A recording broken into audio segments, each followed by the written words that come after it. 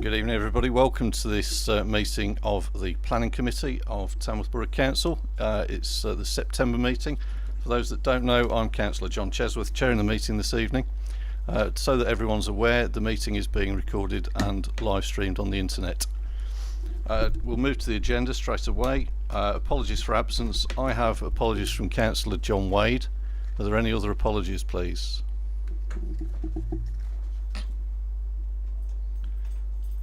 I'll take that as a no, thank you. So it's just Councillor John Wade with apologies. Moving on to item 2, minutes of the previous meeting.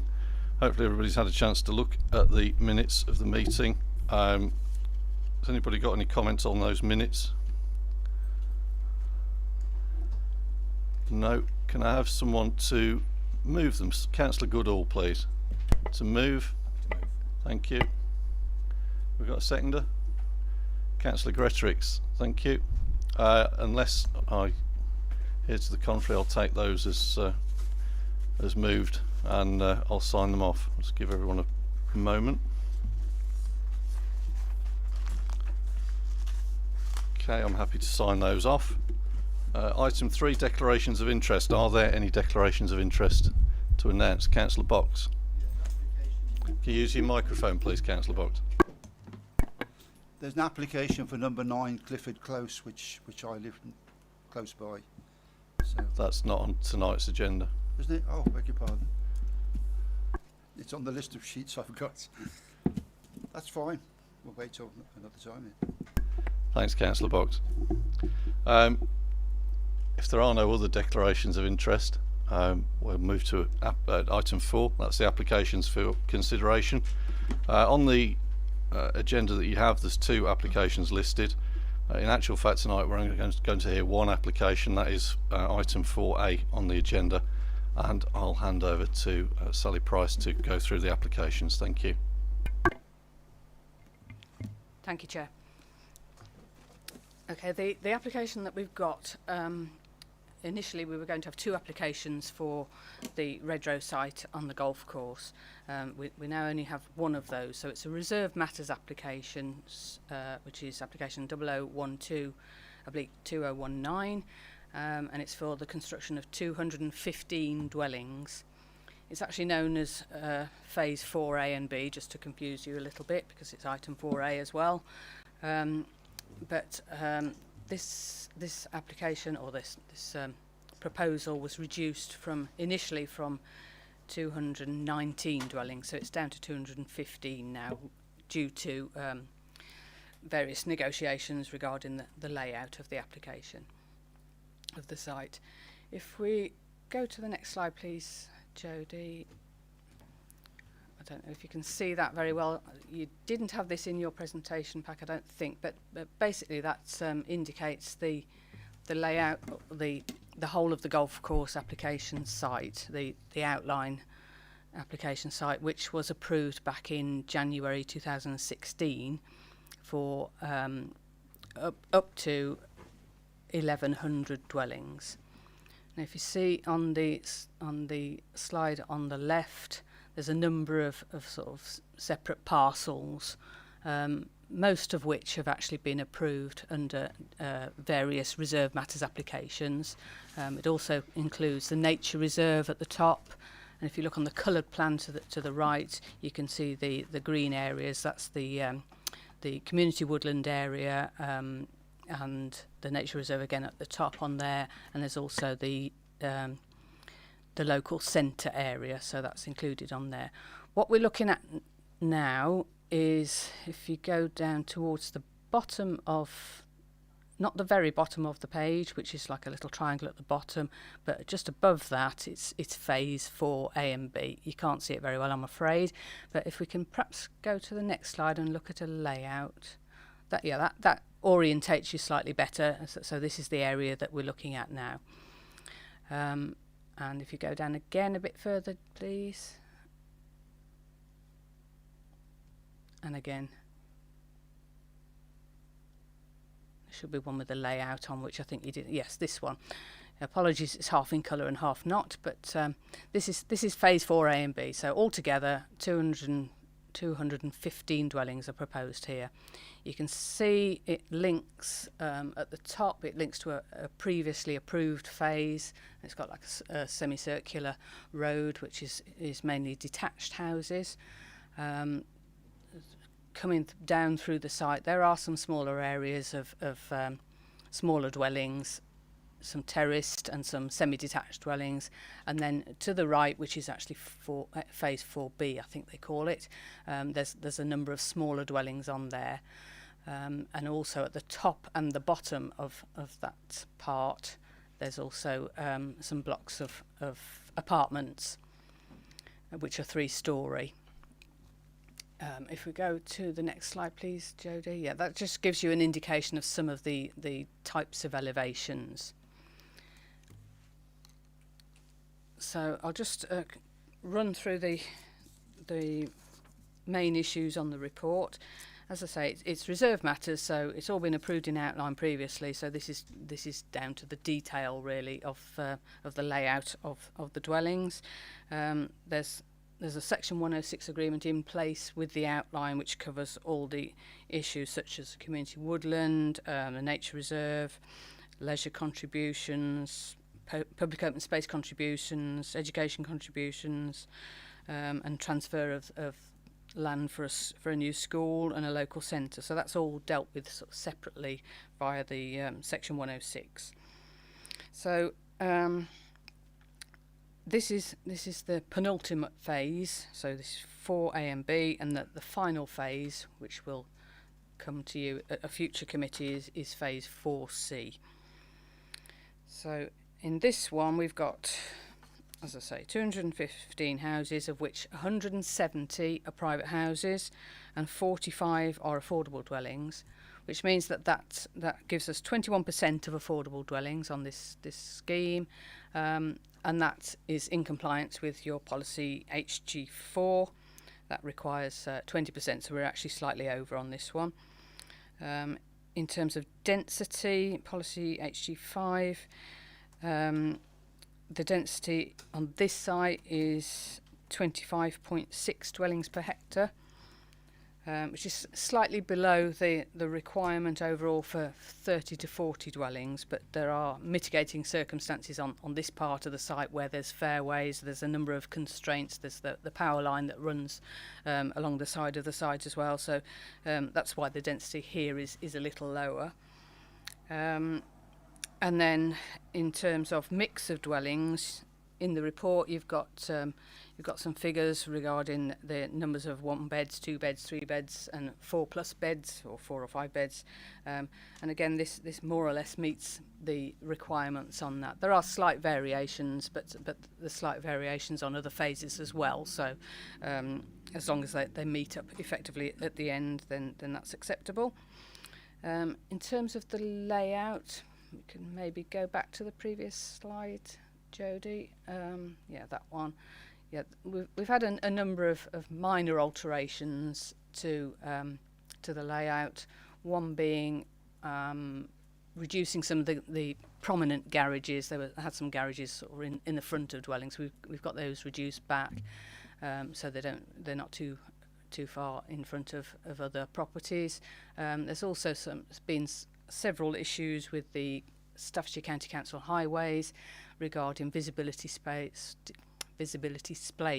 at basically the junctions with some of the cul-de-sacs and some of the major roads. So we've had various amendments to sort out those.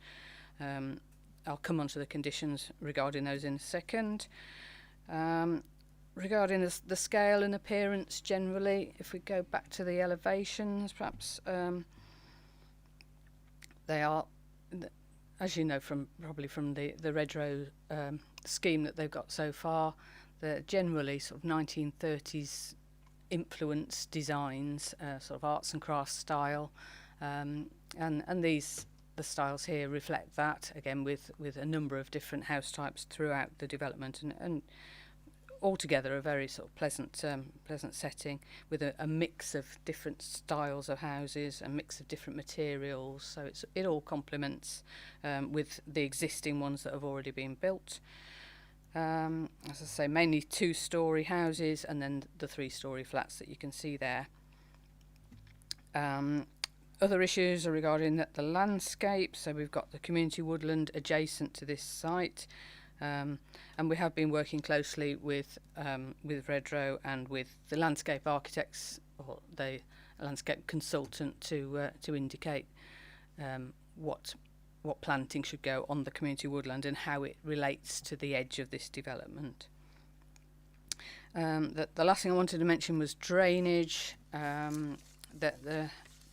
The drainage strategy has been agreed across the whole of the development so far, but final details for this particular phase 4, and the future one that's going to come forward, I am going to suggest that you add an additional condition onto the report just regarding final drainage strategy details, so it covers all the drainage requirements in line with the original outline and in line with other phases. So it's omitted on the report, so I'd just like to add an additional condition 18. Also on the conditions, I think it's conditions 7 to 17. I'll say in the report, it's on page, just bear with me, on page 19 in your agenda, it says highways precise wording to be confirmed at the meeting. All of these conditions, 7 to 17, they're sort of in draft, not draft form, but a reduced forms to just to give you the idea or the flavour of the conditions. We have firmed up all the details of those conditions with the highways officers at Staffs County Council now. So I would, rather than read them all out and reproduce them all, it's basically firming up exactly what's put in the report there, and just putting them into a slightly better worded sentence, if you like, and making sure all the requirements of the highways are included within those, and all the same reasons for the conditions, which is in the interest of highway safety and in accordance with your policies Hg5 and SU2 of the local plan. So that's really all I need to say. In terms of policy, as I say, it does comply generally with the requirements in the local plan as regarding housing density, affordable housing, and mix of dwellings, which is really what the main issue that we're considering, or you're going to be considering today. And I'll answer any questions if there are any further. Thank you. Thank you, Sally, for that. Does anyone have any questions for clarity purposes? No. Councillor J. Thanks. Can you just clarify? You mentioned there was going to be a new school with 106 money. Sally, over to you. Yes, Chairman. If you could go back to the original slide, Jodie, the overall outline. Okay. No, further back, please. I think it's the first one, actually. Yeah. So the school site is... It's the white area, isn't it? Yeah. It's the white area in the middle. I can't read it from here, but yeah, you can see the blob that's left. That is where a new school will eventually be provided, and it's included in the 106 to have that provision. Thanks, Sally. Does that answer your question? It does, but I've got another question based on that. So when in the timeline does the school fit into the building of the actual 215 dwellings on top of what's already there? When will the school come? Sally, please. I'm not aware when the school is actually going to be provided. So obviously, at the moment, we're still considering the layout for the rest of the dwellings. I would imagine once all the phases have been agreed, then they will be starting to look at provision of the school. But that would need a separate application, a separate reserved matters application to come forward for you to consider at the time. But I'm afraid I don't know the timescales. Thanks, Sally.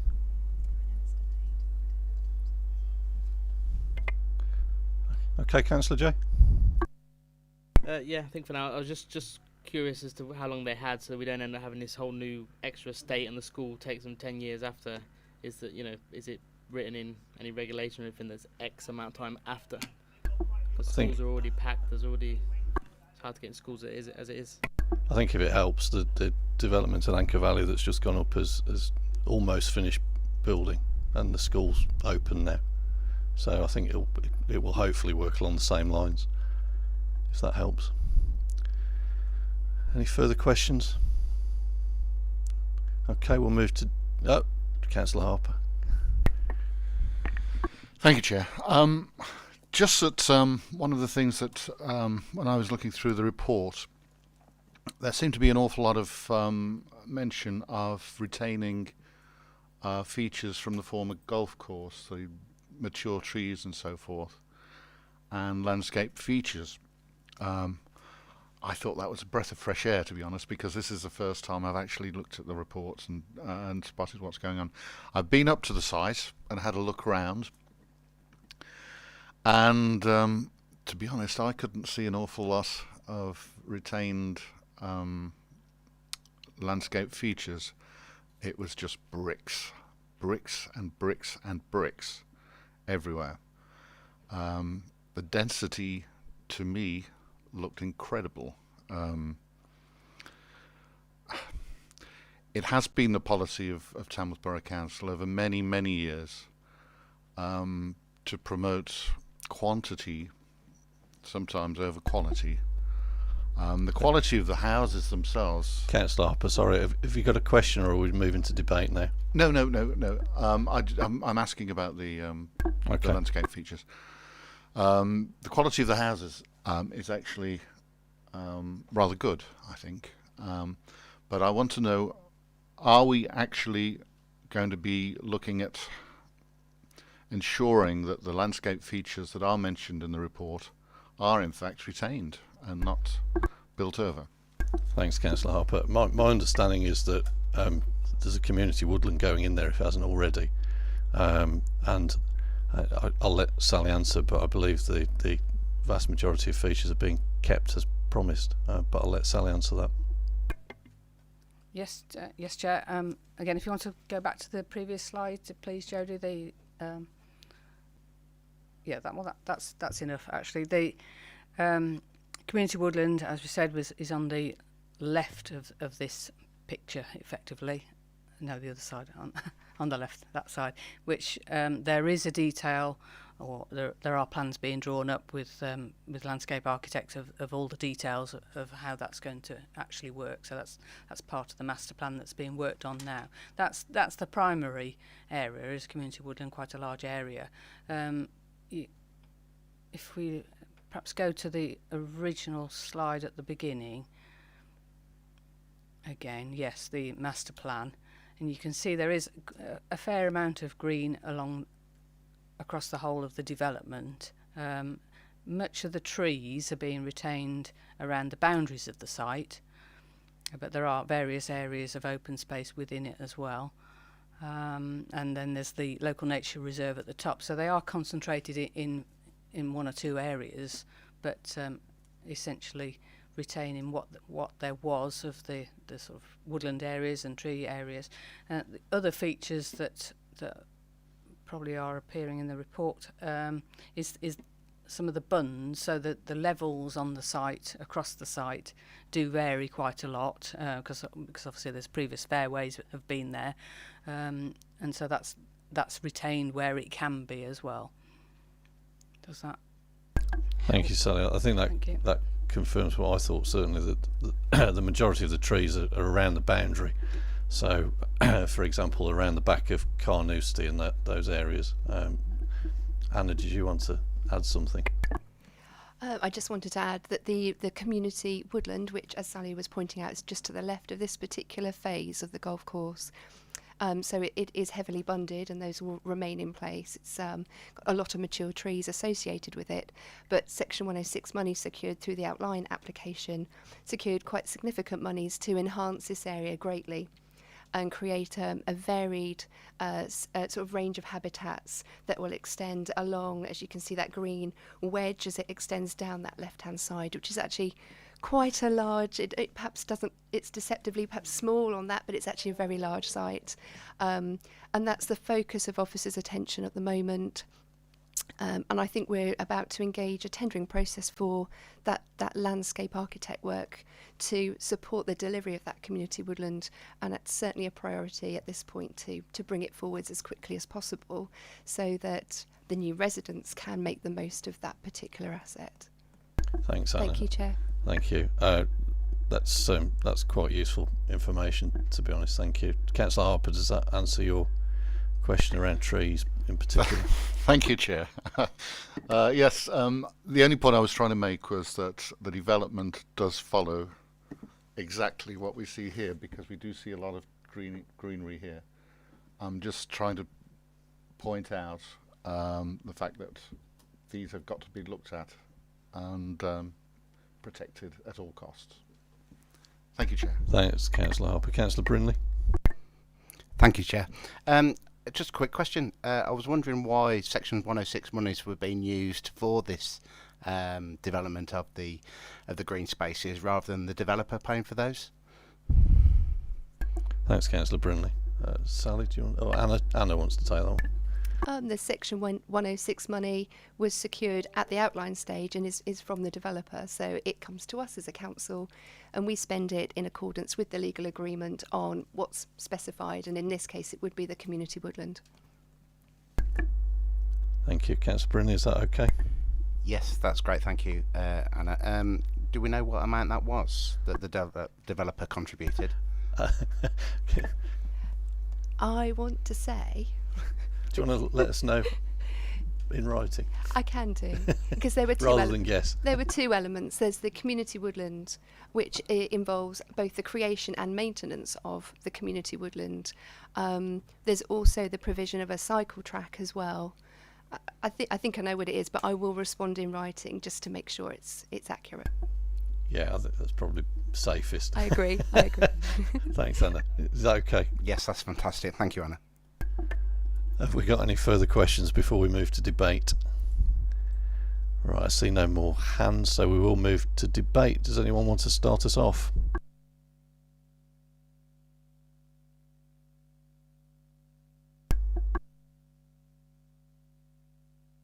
Councillor J. It's very easy. There's nothing to debate. It follows what is supposed to be happening there. Ticked all the boxes, so there's nothing really to debate, I'd say. Thank you for that. I mean, yeah, we've known about this application for a long time, haven't we? And yeah, we're at reserved matters now. So you would hope that this is following the outline application, and we're just tidying up the details of it all. Councillor Goodall, you put your hand up. Thanks, Chair. Yeah, following on from Councillor J's comments, I'm happy to move the report to approve with the additional condition as was mentioned earlier. Okay. Thank you, Councillor Goodall. We've got Councillor Goodall move the application. Does anybody want to second? Councillor Graytrix. Do you want to say anything at this stage? I concur.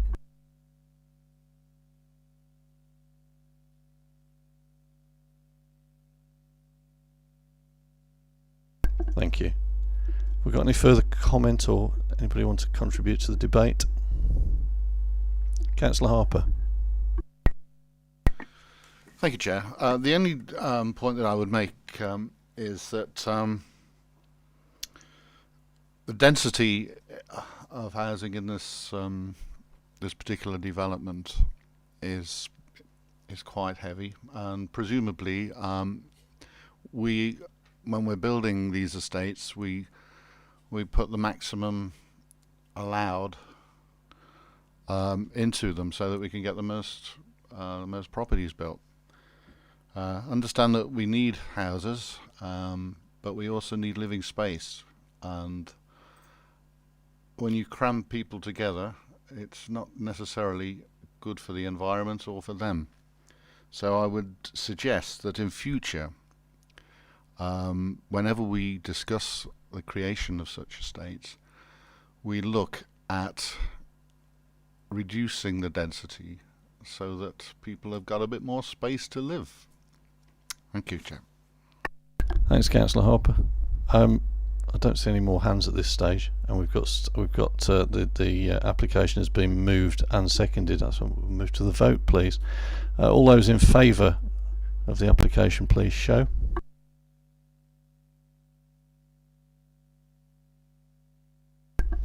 Thank you. I think that's unanimous. As that application is carried. Thank you, everyone. That is the only application this evening. So at that point, I will close the meeting. Thank you all for your attendance and participation.